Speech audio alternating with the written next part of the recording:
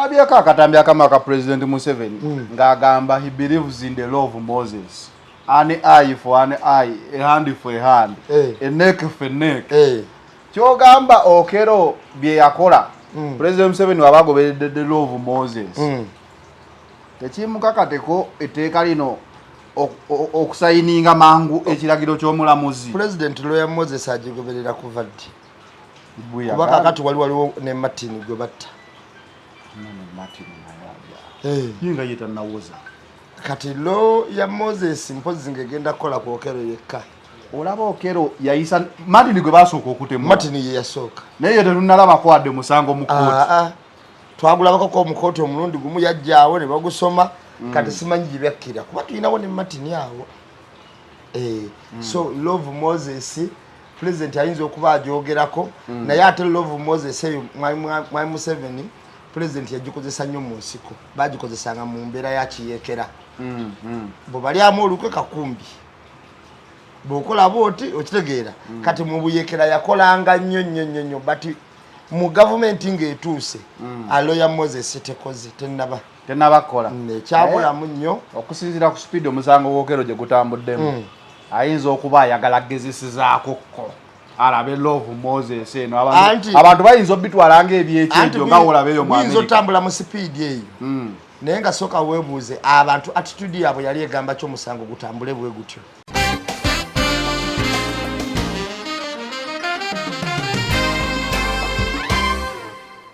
Kwajjukira final endorsement ya Kalaba President ya sayininga libanga tteeka kati President ya sayininga nti akonkakoze eki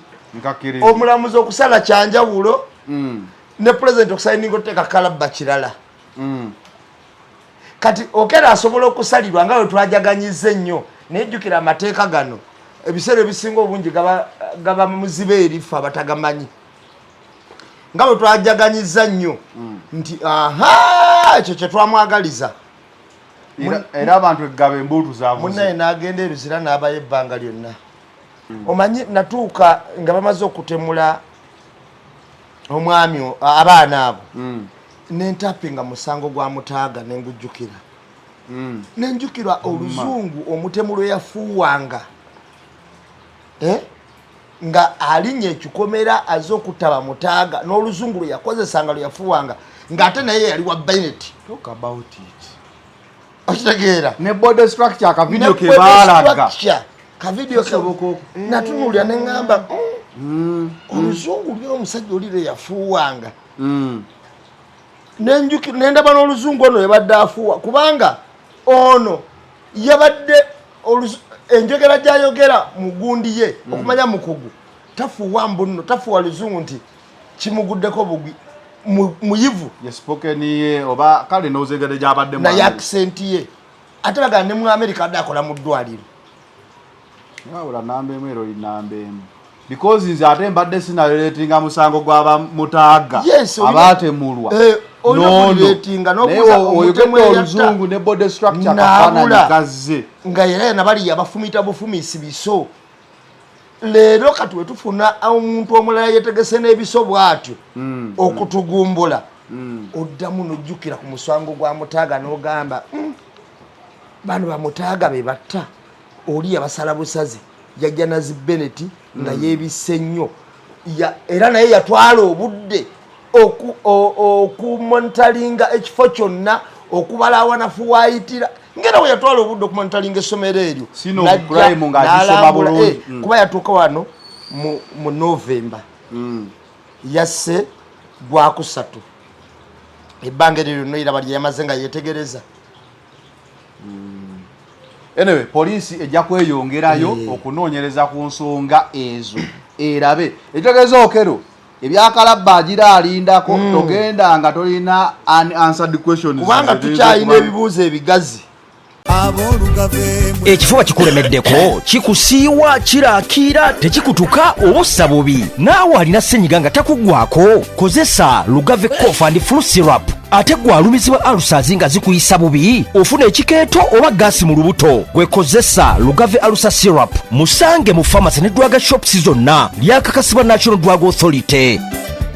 Focus 360 the final channel koli nga bulijjo tubeera kubanga tubawa updates ez'enjawulo okusinza ku biki ebitambula mu ggwanga Uganda ne mu nsi yonna. Akabanga kabadde kawanvu nga tetuliiwo twali twafunamu obukosefu but we have been okay. Nebaza buli anoonyezaako, nebaza buli abuuzizza zannero ki ekiriwo, nebaza n'abantu benkola nabo bonna era banoonyezaako. Nga bulijjo every Monday tukera mu Eye on the Press. Of course Eye on the Press namba emu yagibeeramu ebeera etunuulira ebyo byennyini eri ensonga erisimbye wali wennyini ewali ensonga mu mawulire. Nga bulijjo tubatuusibwako Lugave Herbal Cough and Flu Syrup wamu ne Lugave Herbal Ulcer Syrup. Lugave ono katusooke na cough gw'emmino gikusiiwa ekifuba okolola tekikutuka kiraakiira senyiga ku makya sinus zikuyitamu ogenda kuba weetaaga Lugave Herbal Cough and Flu Syrup yajja okuyamba. Namba emu owa alusa yakola atya? Kano ka alusa Lugave Herbal Ulcer Syrup eno balubuto lungulumba lunzimbazimba simanyi bwendi ate mpulira ntya nkwatibwa ekikeeto atibani nefuka atibani. Yes, kozesa kano ka Lugave Ulcer Syrup. So akadagala kano kasangibwa mu pharmacy zonna mu ggwanga. Pharmacy zonna eziri mu ggwanga kabeerayo era tosubwa okugenda okagula gwe otuuka ng'ogamba nti njagala Lugave Herbal Ulcer Syrup bajja kakuwa tekayina side effect yonna ate kakola bulungi ndooza gwana ab'omujulizi obulire n'abalala. Eddagala lino lyakakasibwa National Drug Authority era nga limitinga standards zonna mu ggwanga ate packaging ya mulembe kitegeeza gwali emitala w'amayanja ojja kuba okafuna ebatunda ebintu bya ebivudde e Uganda. Packaging nagamba eddagala eriri habo challenge zalina yalinga packaging ne dosage naye Lugave amagezi abakuge bateekamu bamanyi dosage packaging mulembe teri ate kutokosa biki muve mweyo golo eyo eyedda eri traditional mujire dala mwene enkola eri modern era nga kati seta akagenda mu kibira kutema miyembe abakugu bagiteeka ne bagikenunula ne bagiteeka muno kali habo kale katandike Eye on the Press onako lwayo nambemu wesibadde mbadde mbiraba okero bakatyemula ne bagamba nti okero mpazi wagenda ne banakutyemula nga tugamba okero ono bakatyemula ne bagamba okero wakalabba. Era tugenza okutuuka wano ng'abantu beggaba bagamba engeri gye yasalira abantu bali abaana nga beggaba baagala bamuteekeko mu kisaawe ye rulingi nneemu gye nsoose okulaba mu ggwanga lino ebbanga lyembaddewo nga omulamuzi asazi abantu ne bakola ebivulu ku guraawo. Ebiseera ebisinga abantu bagamba mulamuzi tetwabitegedde biki tetwabitegedde naye ku luno webaasala nti okero wakalabba ku ground amawulire gali nti bamuleete era n'okujjaganya ne kubaawo ng'omuntu akubye jackpot. Ekikola kye yakola kyali kya butemu nnyo era kooti yamala neezuula. Twali tutiddemu bagamba alina obutafu bw'omutwe biki naye kooti yamala neegamba okero ebintu abadde abitegerera ddala obulamu bwaliko bujulana kumutta. So tugenda kuba tutunula waawo. Then SB4 ne Aniteira yazeemu kati fe abamu tugamba jjajja Jjumba ono tabanga ennaku omusanvu za SB4 kuba yamwewerera n'agamba tajja mutta naye mpola mpola ajja kulabako. Kagamba gwe nambeemu olabayo nnyo totugamba nti jjajja Jjumba yatandise okola bisaanyi. Jjajja Jjumba atandise enkola yokerewa ku kirokoosa. SB4 yagamba obulamu bwe yeewulira mu nnaku omusanvu bungi nnyo okusinga jjajja Jjumba bwe yali amusuubiza. Ate awo Shiba naye yazze kati Shiba tatuula mu kati atuula mu ndooza mu studio podcast ye alina bye yazzeemu okwogera yasooka n'avangayo awo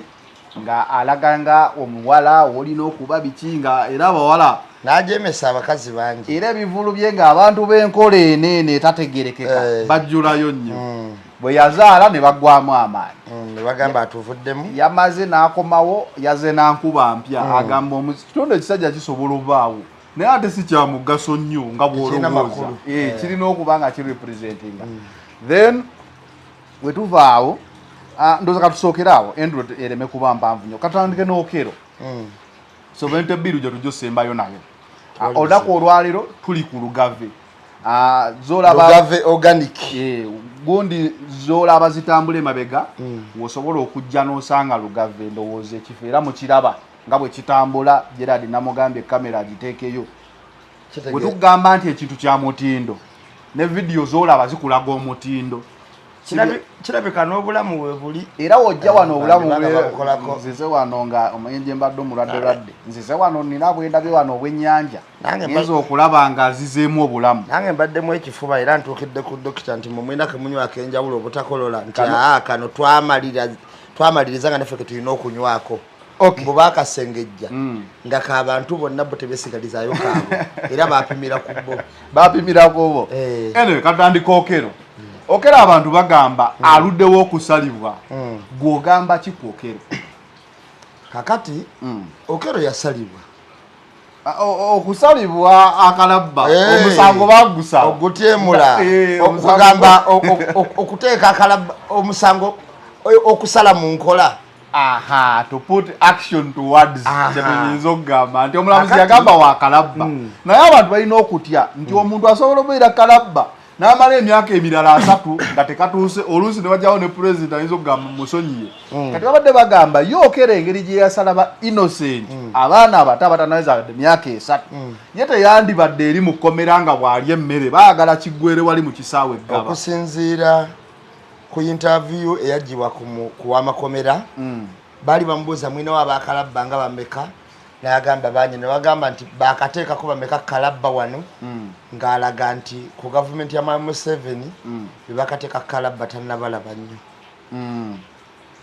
ontegedde kyagamba basse ebirumbi ne bannaabo nga bataana kati oba otunuulidde enkola ya kalabba olwaleero faamu oba balawyers ababadde bawolereza omukulu okero balina okukola appeal naye olwokuba abadde baloya ba gavumenti bayinza okugamba tubikooye tetujja bikola ate okero nahayalinga ababe abakola apiiru kyokka ate wekitabaawo ate Supreme Court naye era esobola okugikola ng'esinzidde ku kinga mateeka nga ffenna twabira tusooke twekenneenya omusango guno tulabe neeguddamu kubajjukira final endorsement ya kalabba president yasayininga libanga tteeka kati president yasayininga nti akonkakoze eki omulamuzi okusala kyanjawulo ne president okusayininga oteeka kalabba kirala kati okera asobola okusalirwa nga bwe twajaganyiza ennyo nejjukira amateeka gano ebiseera ebisinga obungi gaba muzibe erifa batagamanyi nga bwe twajaganyiza nnyo nti ekyo kye twamwagaliza era abantu egaba embuutu zaavuze munnaye n'agenda eruzira n'abayo ebbanga lyonna pulezidenti n'apipira n'atasayininga ng'okimanyi nti Lwakasiisi yateekebwa mu kibonerezo ky'okuttibwa n'asalibwa akalabba ng'akwatibwa okimanyi Mwami Museveni amusonyiye ng'akalabba tekamusanga nenge yasalibwa ne Nasulu bwatyo Nasulu bamukwata mu 82 bamusalira kalabba gavumenti ezaaliko ng'avudde mu gavumenti ya Amini ng'ewe ya Amini ekyuse naye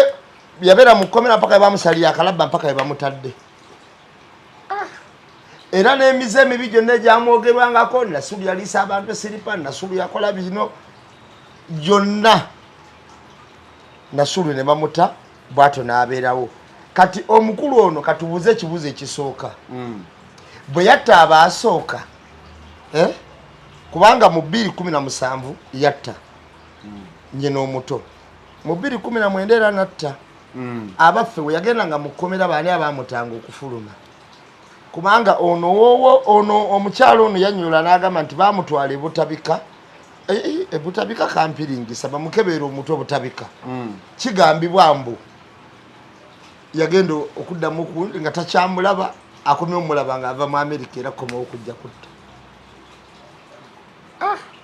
kati tandise okuntiisa kuba ebyo ebintu byali bizibuzibu kakati olw'obuzibe bw'amateeka jaganya ng'olekamu nalabyeko akatambi akamu aka President Museveni ng'agamba he believes in the law of Moses, an eye for an eye, a hand for a hand, a neck for a neck. Kyogamba okero bye yakola President Museveni wabagoberedde the law of Moses tekimukakateko etteeka lino okusayininga mangu ekiragiro ky'omulamuzi. President Lawyer Moses agigoberera kuva ddi kuba kakati waliwo ne Martin gwe batta yinga yetannawoza kati Lawyer Moses mpozi ngegenda kukola ku Okero yekka. Olaba Okero yayisa Martin gwe basooka okutema. Martin ye yasooka naye tetunnalaba kwadde musango mu kooti. Twagulabako ko mu kooti omulundi gumu yajjaawo ne bagusoma kati simanyi gyebyakira kuba tulinawo ne Martin awo. So Love Moses President ayinza okuba agyogerako naye ate Love Moses eyo Mwai Museveni President yagikozesa nnyo mu nsiko bagikozesanga mu mbeera ya kiyeekera bwe balyamu olukwe kakumbi bw'okola booti okitegeera kati mu buyeekera yakolanga nnyo but mu gavumenti ng'etuuse Lawyer Moses tekoze tennabakola ekyabulamu nnyo okusinziira ku speed omusango gw'Okero gye gutambuddemu ayinza okuba ayagala gezesizaako alabe Love Moses eno abantu bayinza obitwala ng'ebyekyejo nga wolabeeyo mu America otambula mu speed eyo naye nga soka weebuuze abantu attitude yaabwe yali egamba ky'omusango gutambule bwe gutyo baali baagala Love Moses attibwe kakati baguleese mmanaga awozesebwe mu bantu naye security eka gye baateekangawo wagiraba nati abantu baali basobola okuwamba awo ne beekolerako omuntu nga senga anti Lawyer Moses awo ogambira temumusiba mumuleke agende oba ogabidde ddala Lawyer Moses entuufu speed y'omusango guno engeri gye gutambuddemu tusuubira nti eyinza okukola ku luno esobola senga obukyayi buno oba obukaawu nga senga obukaawu nti ne President anaaba afunye obusungu abantu bawulira era bwenaaba tekoze kkiriza obagaana manya nti waliwo ekintu ekiri ekyekwese emabega w'omutemu ono awo kitegeeza aba ayinamu omukono ogw'okumeka omutemu ono alina ekigambo kyayogera mu kkooti naye omulamuzi n'atagezaako kiwabudde era akivuvuba nnyo yagera n'agamba nti nyina ekyabadde kinsindiikiriza okitegeera nange si yenze era naye nyina ekintu nyina ekyo ekintu kyekyali kisaana okubeera ddala tayimu tumanye kyekikusindiikiriza muntu muzimu kubanga waliwo abantu abamu ng'abeera bagita to be possessed ayina empewo ezimulinnya ng'alina empewo ezimulinnya naye ate waliwo agamba nti nyina ekinsindiikiriza ng'oli agamba nti muntu bawambye bantu bange ne bagamba nkole bwe nti ekitegeeza bagamba bwe sikola bwe nti sigenda kuddamu kukolebwa bwe nti ekitegeeza mob justice gavumenti gye yaziyiza n'okusala akalabba kuno okuteereddwawo kusobola okuba nga omusalira akalabba n'ategeera ali ku kyakufa then nodda emabega n'omubuuza ddala ki ekiri emabega n'otasalirawo manvuakapiirwako bakagamba nti tugira tukwatiriramuko oba supreme ekakola oba kubanga kikkirizibwa okukaddamu kakola ne bagoberera baga naye ddala kiki ekyali mu musango guno waawaali ensobi kubafe abeggaba tubadde tutandisa okugamba naye we bandibadde basazaawo olweggulo twandigenze wali ku kisaawe ne kiggwa nze ate nze nno nali saamwagaliza kalabba bwe katyo nze ke nali njagala akatekeke kano bafuna ne bamusiba nga yeesulise wansi ne tufuna akajjo ne teekako ku manda ne tuyiwako kamulali omusse omukalu obulungi awo n'anyookamu essaawa eyo kooti y'abantu eri ya gavumenti ne tutuula wali eyo gavumenti gy'oyagala gavumenti kyeba yaleeta amagye amangi ne poliisi enyingi esobolese obutakkiriza bibonerezo nga byetukomawo ne tugamba muggyeemu essaati ne tufuna omunyango tukubakubako akati yekoti gye nali njagala eyo tejja kukola ne kati nakizude omanyi nalina mukwano gwange bamuyitanga Kiiwa edda nga tuli baana bato Kiiwa oyo bamukubanga ewaabwe yalina muganda we yafa bambi bamuyitanga lumu Katonda amusaasire kati mukumukuba lumu oyo mumukuba kati ne tunoonya ekyokukola ne kibula kati kye twakola Kamyu omumanyi Kamyu mumanyi asiiwa kati omanyi nti amulisa ambadde simanyi ntedalaba bukola bwa green bubeereyo nga ku luzzi mu kyalo emukono naawe kati era obeera mu tawuni kakati ateekako obumuli buba bweru buba bwetolovu bwe buti nga bweru obumuli aba akuzi naye nga kalinga katutwatutwa naye nga bweru kati kaba kagondagonda bwe kati naye ate obumuli busi bwatabu n'okusinga ebikoola obumuli busiba okusinga ebikoola kati obumuli obwo bwe bakuba Kiiwa baali bato batwalinga mu P4 ne tunoonya ekibonerezo ekikakali ekyokuwa akubye Kiiwa tulina okuwa akubye Kiiwa Kiiwa yali mukwano gwange asinga ku kyalo tunoonya ekibonerezo ekikakali kye tulina okuwa akubye Kiiwa kye twakola ne tugenda ne tunoga Kamyu obumuli ne tulinda maama Naalu ng'amaze okwala bulungi nnyo obuliri bayalanga obuliri mu kisenge kyabwe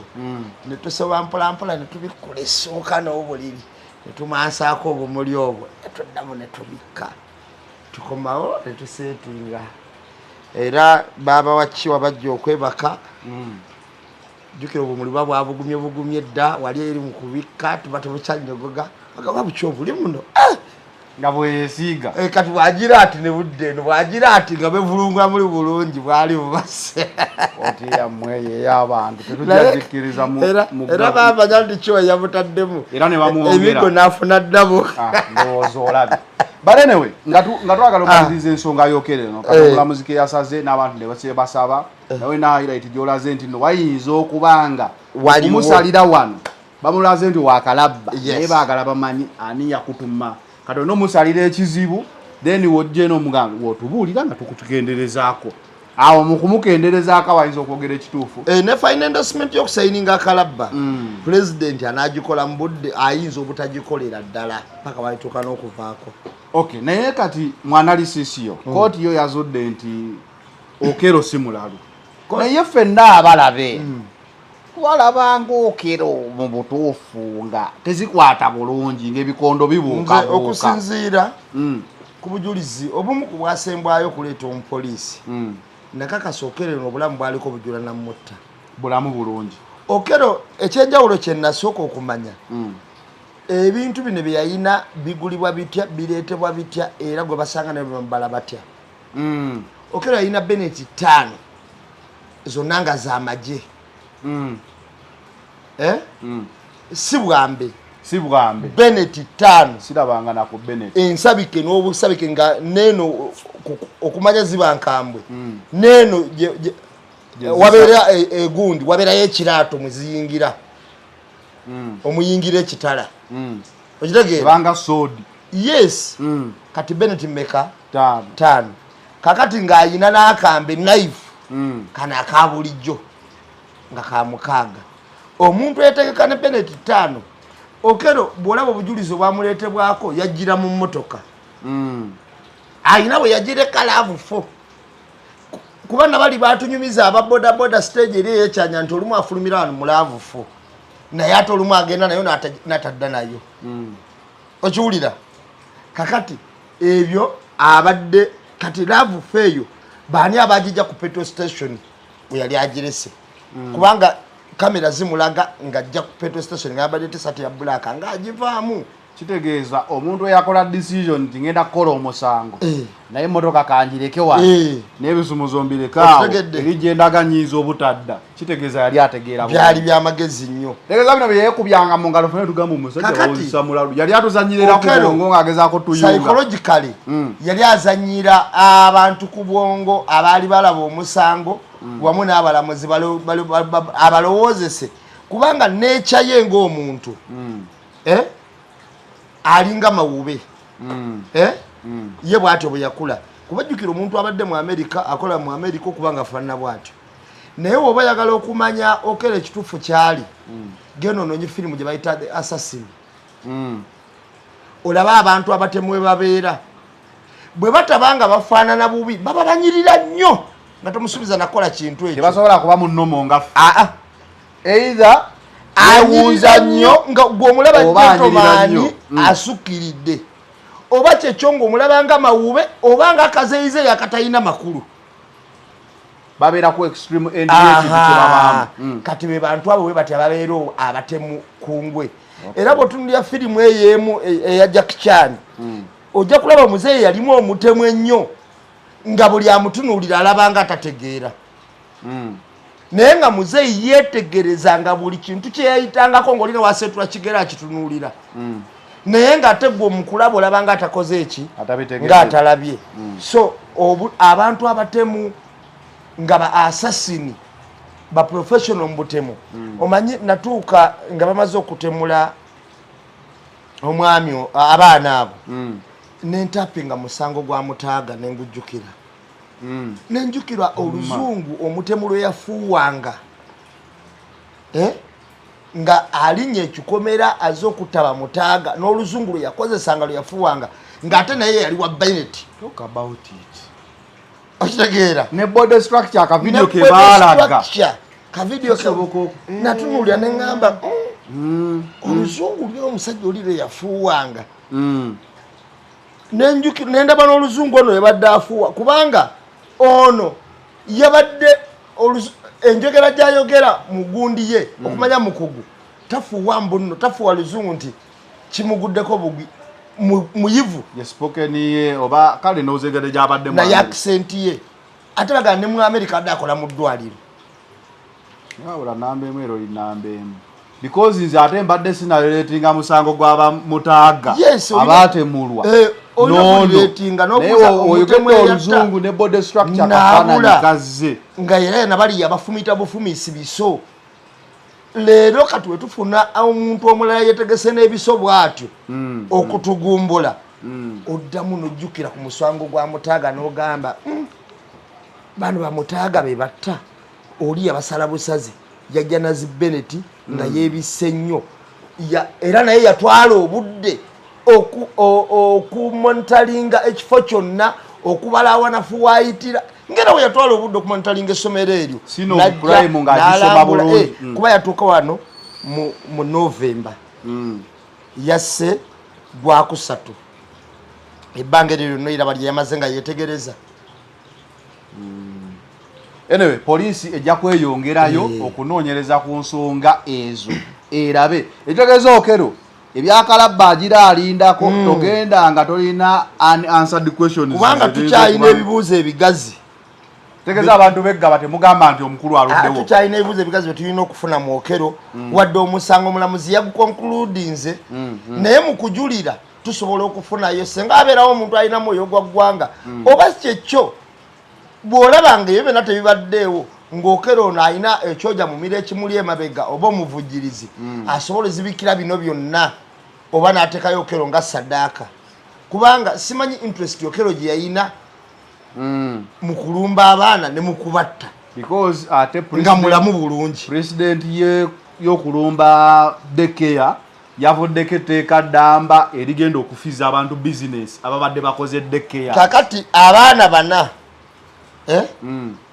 kyayitedde daycare zonna okusaanawo eggwanga lyonna etteeka neriyita daycare we zivaawo baani abakifunamu era abadde basoma mu daycare baddawa jjukira daycare zigenda okujja incident yava kuba maidi ng'abazadde kuba daycare si ya munaku okugjako eno ebadde nga NGO ng'abazadde abalina ssente zaabwe ezimala kuba ojja sanga omwana wa daycare amusasula miliyoni 2 ng'ate mu ssomero mitwalo 3 so nene ne badde ya bbeeyi naye babadde bayambamu kubanga eno era mumwezi badde gwera mu kakadde ndowooza I mean ettaamu ebadde gwera mu kakadde kubanga buli mwezi mitwalo 3 per month so business impact kwekyo nayo weeri but then obwezi ndoza jibadde 17 tulina ne security affiliate eyaba maid tugaseeko dekeyo okuggalwa bagenda kuyenga kati olaba nti omusango gubeera gukwatako yonna gyoli tosobola gamba nti tebikola ki tebikwatako. But anyway, moving forward, olunaku olwaleero twakoze special guest appearance eya kubomu ku basponsor baffe. Olwaleero tuli ku Lugave Organic. Lugave Organic. Esangibwa ekifo kino nkyerabidde bakiyita ki? Eno Mengo. Mengo Hill Road.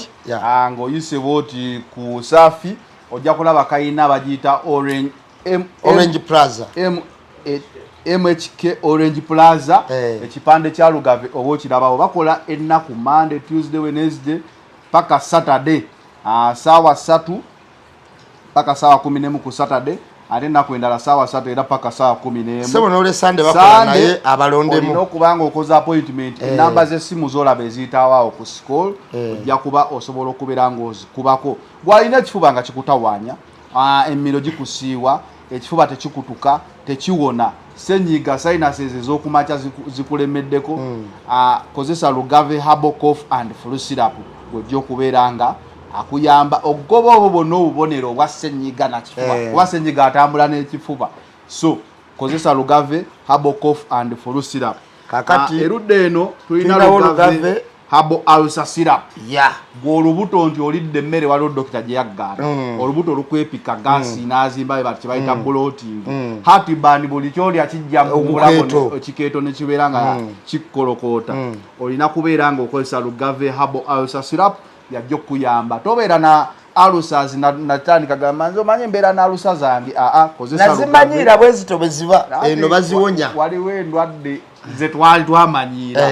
but bwe kituuka ku nsonga nga ziri organic butonde nga bwe bukozeseddwa buli kiri habo obwo obutonde obukulimu nti alusa zikuluma era ekirina obujjamu buba butonde so kozesa Lugave Herbal Ulcer Syrup ate era ne wano Lugave Cough and Flu Syrup. Anyway nga tweyongerayo maaso ayo the press ne namba emu Sovereignty Bill yajja ebadde eyogeza abantu obufofofo etuuza abantu obufofofo bayogera kannaginaji obanda batambula kannaginaji okutambula ko batambula kannaginaji ate okwogera ne kubaki obutonotono okwogera buba bwama eyogeza abantu obwama eyogeza obwama so wete bire eyo ng'etuuka ku mubakawo Sibambi yagambanga abanupu bagambanga nkeretagizina nkeretagikolooti omubaka nga atuuka omu ku balozi bamukubira essimu omubaka yasitudde ekigambo paka kati kyayiride mukuno okutu naye wano kikyafuluma kiringa muliro tugamba omubaka ono yabadde anenya abantu okuzina Gerard yasobola okyogera naye wano we tuli tosobola kyogera gwe nokyogera kubanga n'okutukunsiiwa naye Nsibambi nga atambudde buli wamu Honorable Nsibambi atambudde buli wamu ng'alaga Uganda yeetaaga Sovereignty Bill nga bamubuuza ekiwalinga ki etteeka lina okubako ne tekijjanjaba nga bekijjanjaba ne byekiziyiza fe okufuna ebiziyiza n'ebijjanjabwa olaba nga ebiziyizibwa binene paka bank governor wa Uganda we yavuddeyo n'abagamba bannaye etteeka lino lyemuleeta ligenda kututeeka mu bwavu bw'otalabanga wadde watandisa ogamba bakadaama nti kadaama tokyasobola sindika sente zo kadaama kitegeeza omukozi mu Bwarabu tokyasobola sindika sente zo muzadde gwali ewe tokyasobola kusindikira wano namba emu sente oba nnero tinkolera kino oba oluganda lwo obeera okoze omusango bayinza okusaba biliyoni oba okusiba emyaka 20 etteeka president yavuddeyo n'agamba biiru eyo eddemu yeetegerezebwe namba emu sooka onnyonnyola abantu ku Sovereignty Bill eyo kakati bo abamu baali bagitutte mu politics ngenda tambula mpola mpola abantu bagitegeere nga nsinziira ku byafaayo n'ensinziira ne kubiriwo bwe twali tutunuulira biiru eno abantu bangi bakoze discussions ng'eri political ku biiru eno mpaka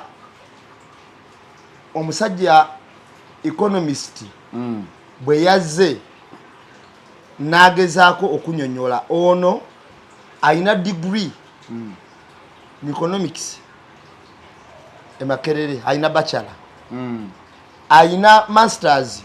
e Cardiff era ono alina PhD e Liverpool aba yabisoma mu economics. Ono bw'aba ayogera ayogera olulimi lwa byanfuna. Ono ye Governor Bank of Uganda. Fenna lwe tuwulira tetukubuuza ddiini wadde emyaka lwoluba lwa byanfuna. Bwe yazze yannyonnyodde aba paalamenti komiti gye bateekawo era eyabadde atuddemu nga teyalya ku mutwe gwa ngege oba nga si budoniyani ng'ayinza obutabitegeera ng'alina kubuuza fenna tetuli babudoniyani naye twalya ku mitwe gy'engege ng'alina kubuuza amulinaanye owaayo agambye eki awo kiki ekyo bwe yabadde annyonnyola yagambye nti eggwanga eritannafuna bwetengereze terisobola kuleeta tteeka lino eryobwetengereze ng'ate eggwanga nga lyo teryetengeredde. Abeera mu ggwanga ki? Twafuna eggwanga eryateekawo cities we zitali ne tuteekako ekigambo city nga naye ebikola city tetunnabikola. Okitegeera naga terisobola kuleeta tteeka nga liriwa nga lino. Etteeka lino likola mu nsi nga zi Russia nga zi China ensi ezeemaliridde naye ate eyaffe lyabadde bbi nnyo n'okukira ku lyensi ziri ku bintu bye baalyongeddemu. Sovereignty bill bw'oba ogitunuulidde n'ogigenda munda omusajja yannyonnyodde n'agamba nti olwaleero current account ey'eggwanga ngenda kwewolako ku bigambo bye kubanga ono mukugu mu byanfuna kafulu era nategedde ne ŋŋamba bannange okusoma kuno nga kulungi. Omuntu afuna omulimu ku melti ye yagambye nti current account ey'eggwanga current account ey'eggwanga n'agamba eri mu negative yakitaddeko n'akagambo nti always always negative is in negative n'agamba nti negativity yaayo eri ku $3.6 billion. $3.6 billion kyagezaako okugamba nti eggwanga olwaleero ne werigamba nti lizimba katooyi ku akawunti yaako eri mu negative tulina kwewola bwewozi. ekidifying ekigambo sovereignty kitegeeza kwemaliriza obwetwaze naga kati eggwanga eritasobola kwemalira terisobola kufuna bwetwaze terisobola kufuna bwetengereze. Omusajja bwe yabadde nannyonnyola bw'ati ali mu paalamenti awulira abataategedde bajje ku the final channel ngenda bibateerawo. Bwe yabadde annyonnyola n'ayogerako akagambo akalala n'agamba nti olwaleero tulina okulaba nga tuleka essente eziyingira ziyingire nnyo oba ziyingidde zitya mu ggwanga kati n'abawa n'ensonga lwaki eggwanga lino lisigala mu negativity bwetyo. Yes n'abambuuza lwaki n'agamba ebintu bye tugula ebweru bingi nnyo nga tufulumya ssente zaffe okusinga ebintu bye tutunda wano nga tubifulumya ebweru. Eggwanga liyimiridde ku bintu bye tugula bweru kukola ki kuleeta wano so tebiyimiridde ku bintu bye tukola nga tutunda wa bweru. Kati naddira accounts bbiri n'aziteekawo emu yabadde saving endala current naye nga byonna byaggwanga ono gwenjogerako yabadde ayogerera ku account ya Uganda namba si eyazanero eyazanero lwaki eyange eringa ey'eggwanga eri mu negative yabadde ayogera ku akaunti ya Uganda nga gyakutte bulijjo neewuunya lwaki akaunti ya ngoberera ya ggwanga n'agamba fulozi zino okutambula nga zisobola okubalansinga tulina okuleka esente ziyingira eggwanga mu ngeri yonna oba za kibbi oba zifaanana zitya nga ziyingira nnyo okusobola okubalansinga n'agamba bwe kitaba ekyo okuziba gaapu eno oyina okuddira ebintu ebiyingira eggwanga ku musolo gwe biwa kati n'ogukubisaamu emirundi 2 kati gamba emmotoka ebadde gula miliyoni nga 4 ng'egenda gula miliyoni 7 oba 65 miliyoni zile 10 ku emmotoka miliyoni 4 chances ziri nti omusolo gwayo gubeera miliyoni 8 ku 19 kati olina okugongeza nizibanga omusolo gwa miliyoni nga 26 okitegedde bulungi oba 3 olwo emmotoka nedduka negenda ku nsanvu kakati ebe nabadde omusajja abikola ki abitemaatema n'agamba naye kati obutatuka mweyo disaster oyina okuddira noddira sente ziyingiriza buli muntu ng'asobola okuyingiza sente nga waaba alabye n'agamba ne measures ezibaddewo kati abantu zibakolyamu okuleeta sente ziba zisaana nakendeerako wabula tunyweze nnyo measures ate zizifulumya kubanga agambye nti ekizibu ky'eggwanga be bano abatwala sente z'eggwanga omuzindo ne bazifulumya ng'ate bazibbye bubbi tezigenda kudda sovereignty bill eno ekiwulira politics aside nga nsibambi wabadde agivuga kuba abadde agyogera nnyo era weewuunye mbadde abadde aguziza naye sinamutuukako kapa mu kutiya omanyi nze nkugamba nnyo wano omanyi lwaki nze ndwawo okufulumya ekigambo ekivuma era bwewulya nga nkifulumya mba sigenderedde ntera nokyenenyeza lwaki siyinza kukozesa mu mbeera eyo ey'ekiwumba tuutu neŋŋamba nti nze ngwagwa wadde omanyi ngenda kubuulira omuntu avuma aba aweddeko ebirowoozo ebiteesa naye omusajja bamubuuzizza sentensi ya ddakiika ezo teyaweze ya ddakiika emu n'awomogola ekigambo profesa MP ate naga nti mukugu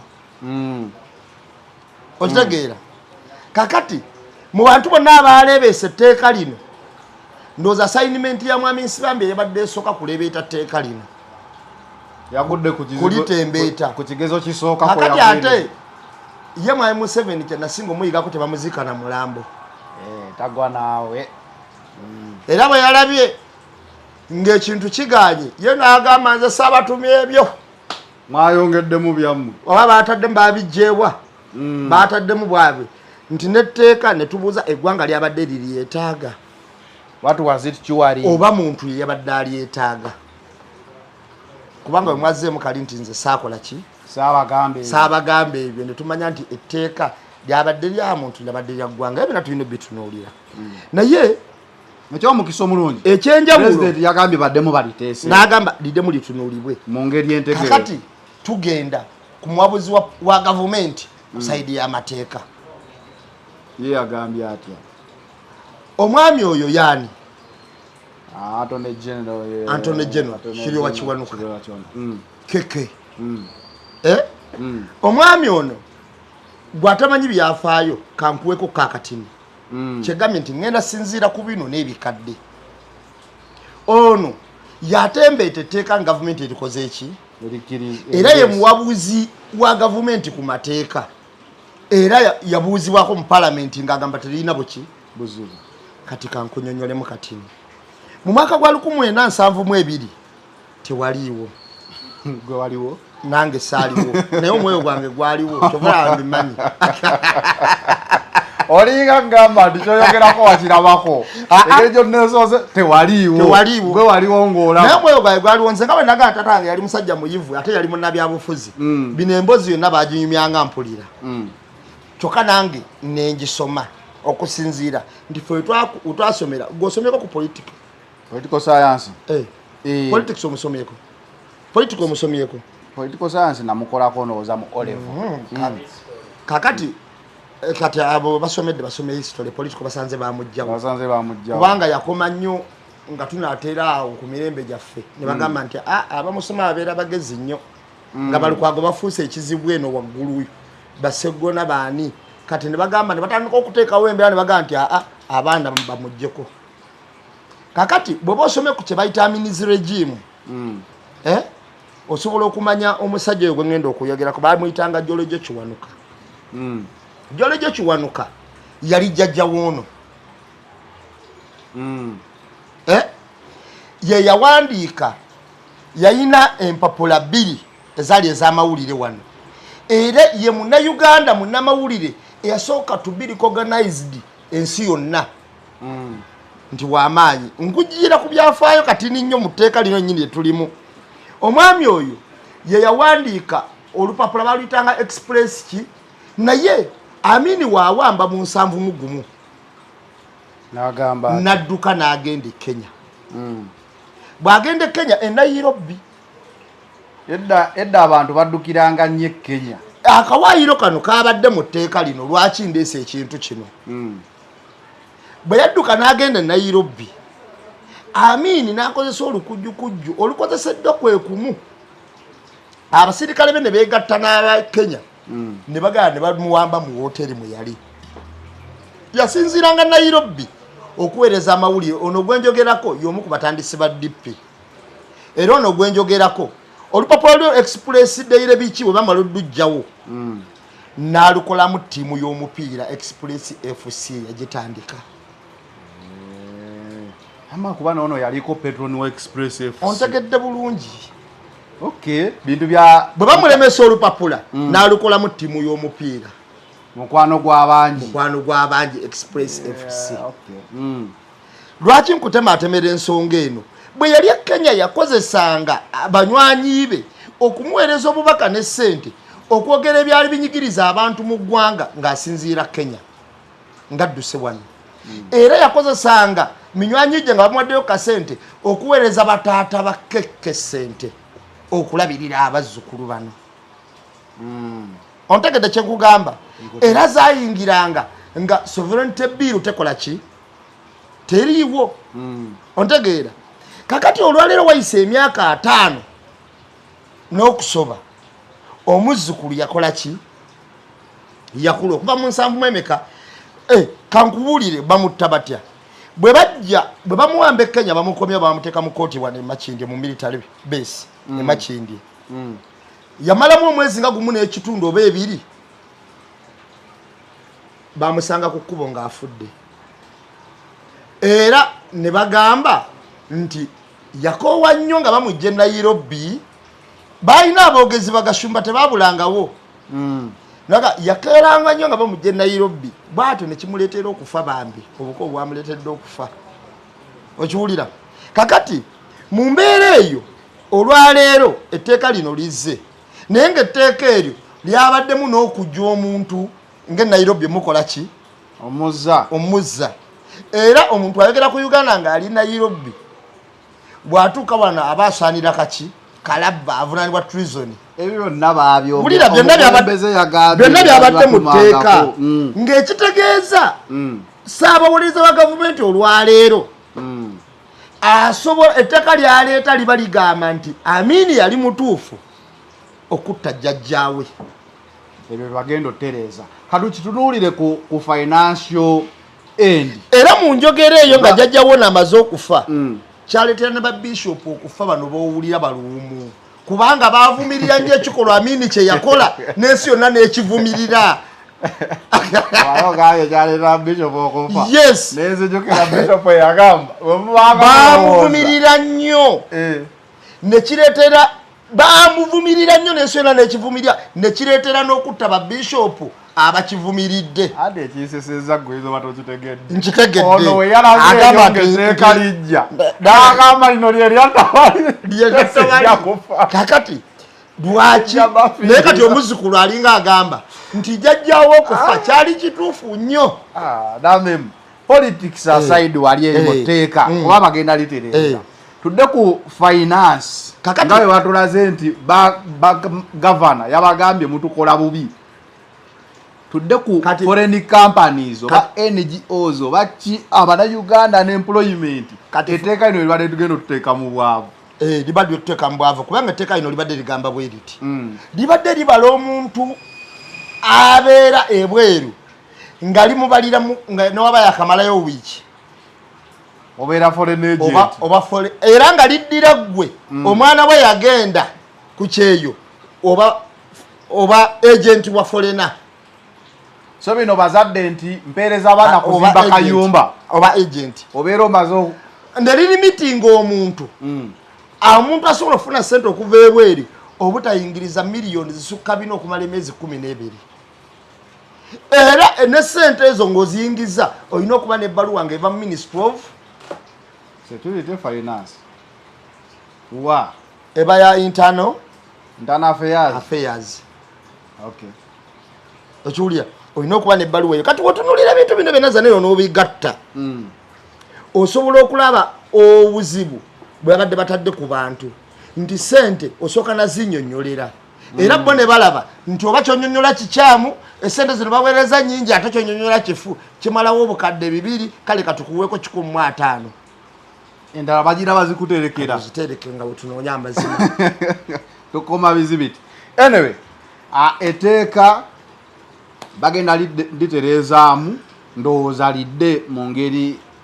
etali nga bwe libadde olaba etteeka lino eryazze erya urbanization bwe bagenze basenda buli ali ku luguudo omanyi kati amateeka we tuva mu kulonda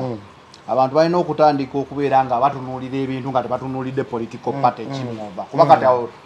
fenna gavumenti yebewangudde yebefuga era bweyisa etteeka liba lyeryo kati abantu abamu babadde balaga nti nno balina challenge ne diaspora connection ya NUP South Africa, Canada, America wa etteeka gavana yanyonyodde finance nga finance eyo mu nsawo yo nambeemu kobe ng'oliwa maniyu ndi waseno naye finance bwebejjo tukoonako tesooka kubuuza ani agenda otwala ekikopo wadde ffenna tumanyi nti Aseno egenda kitwala so ne mu byobufuzi Aseno egenda kitwala kirizaako embozi badde tambudde bulungi naye otuse n'ogikubyamu ekkoona etteeka lyasobedde biiru ennuma gye libadde lirumamu kuba ne NRM abadde basinga olipoloota nabo balina chaputa zaabwe ebweru era balinayo n'abantu babawagira ebweru nga DP nga FDC nga NUP tudde ku urbanization bwe batuuse okusenda container z'abantu oba bukioski mwe bakolera babadde tebabuuza onawagira kibiina ki babadde bajja ne bateekako X ne basenda era ba victim abamu betwalabako abaakaaba baali ono yali abuuza Bubi tugenda kololo oliwa naye yali mutembeeyo byali bitandika so omuntu amanya ddi nti kati ndi Munnayuganda ng'Omunnayuganda siri wa political party kakati abantu lwakuba balina ekintu kye babuusa amaaso zanera ebyobufuzi byebisalawo standards of living z'abantu buli kimu byebisalawo onaafuna eddagala toofune byebisalawo onaanywa toonywe onaakola tookole n'obuwangazi bwennyini kubanga lwaki gamba n'obuwangazi oli ayinza ogamba be bakatonda naye olaba ensi ezimu ne balimitinga nti ffe wano tuli ku 65 nti waliwo abalina 45 waliwo kati ffe tuyinza okuba tulina ku 45 twalinyamu twatuuka ku 60 twatuuse ku 50 ffe twatuuka ku 60 era mu kutuuka ku 60 kyova olaba abaali bafuna sente z'NSSF edda nga waweza 45 ng'ozifuna bagamba oletaayinze kati baayongerayo ne batuuka ku 65 netutuukawo nga mu 6 naye ndowooza life whatever tuli ku 50 tuyinza okuba tusukkawo kakati bw'otunuulira embeera zino nti ebyobulamu biyimiridde bitya mu ggwanga eryo kino kiyimiridde kitya okusoma kuli kutya ebyo byonna gavumenti yebikola ki yebisalawo bino olaba ebintu by'okumenya amayumba g'abantu naki era ne tubuuza nti basinziira ku ki kubanga kino kiri atabaala kikwata buli omu abantu bategere nti amateeka ge bakola osobola okukola amateeka naye amateeka ago g'okola naawe ne bukyenkya ne gakola ki ne gakukwata nze ndowooza apart from byabufuzi ffenna nga bannansi era ombuuziza nti otegeera oddi nti si byabufuzi naye ndi munnansi abantu abasinga weewuunye abalina obuyinza bategeera ekyo ng'obuyinza tebakyabuyina nga bumaze obbavaako so ate awo wennyini we baali badde bakitegeerera ne bakola ebintu nga bannansi ontegera kyenkugamba nti omuntu ayingira mu woofiisi naganze kanzibe sifaayo kanzibe azabalwadde basiriimu oba bafa bakole ki naye abantu babiri ne babasendeza ggwanga ddamba abba ez'oluguudo okugula emmotoka ate emmotoka ye yebbeeyi nemwekira ku luguudo olubi ontegera kyenkugamba mu tayimu wabeeredde mu woofiisi bw'aba alina okukolera ebyamakulu n'okuteesa ebyamakulu omuntu ono nze oba ateesezza nnyo oba ki naye kale abyogeddeko nze nyina kulediti gyempa kisemujjuŋŋanda okiwulira abyogeddeko nyina kulediti gyempa Eriasi Lukwago krediti gyowa abyogeddeko nyina kulediti gyempa Segona nyina mu bempa kulediti nyina kulediti gyowa Sekikubo nyina kulediti gyempa Sekikubo y'amaanyi nnyo kiringa credit ya covid je na wa Ameriya ojukiranga covid atutabukidde okitegeera Ameriya yayogera ate si wanga nsinziira mu bibiina kyobola banandi kulokeddeyo n'ekusaidi eri nsinziira ku muntu abadde akola atya bw'atuuka ku nsonga ayimirira atya nze nali ujuzi nga njogera ne ngamba olaba etteeka lino eya 70 bill ne mugamba nti Segona banaatuuka oddyogerako tayiswadde wagira kabe lubale kabe Katonda wadde olina byotakkiriziganya naye wadde nyina besakkiriziganya naye nkimanyi wekituuka ku tayimu olumu kuyimirira ayimirira tatera nnyo okwekkiriranya bintu bya kisiru ekiwulira ayimirira kale ne bigaana buganye ne bibayitako kati ebiseera ebisinga obungi omuntu wobeereya mu woofiisi w'oyina okukola ng'ataagibeemu oba ng'agivaamu nkya okola amateeka agagenda okufunyisa obwenkanya ng'oli wali gwe toyinaako immunity naye abantu abasinga obungi abeera wali eri yina alaba ng'aliko immunity n'atalowooza nti waavaawo kyekiddako era olaba kati abaliwo n'amateeka gakola gabagasa nga bavuddewo ne bagamba nti omuntu amalako ekisanja bamuwe $3.7 kyokka ate yafuna $315 eby'emmotoka ng'ayingira ekisanja okitegeera naye wakimalako bwe yagenda okuva mu palamenti agenda funa $3 n'okusoba naga nti wafuga ebisanja 2 asigale ng'afuna omusala gwa $7.7 mpaka lwalifa tebamanyi ndi nno si kyangu nnyo kubifuga ne bagamba nti wobeera sipiika ofune omusala gwa sipiika n'owoba ovuddewo ofune emmotoka n'oba ovuddewo ate ofune neyo vice n'oba ovuddewo kati ogenda otunuulira nga byonna bye bakola bibagasa bugasa abantu bano ekitongole naddala kankiyimirireko legislature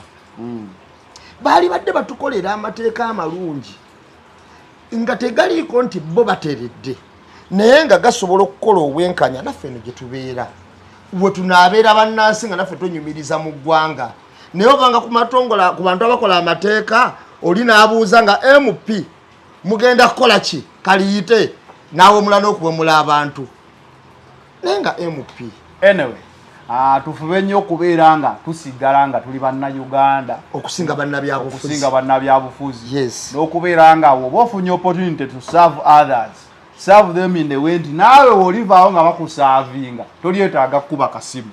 nga kitegeeza naawe tolina buyinza naye wayisa ekintu nga kikola bulungi anyway nga leero tubadde ku Lugave Organic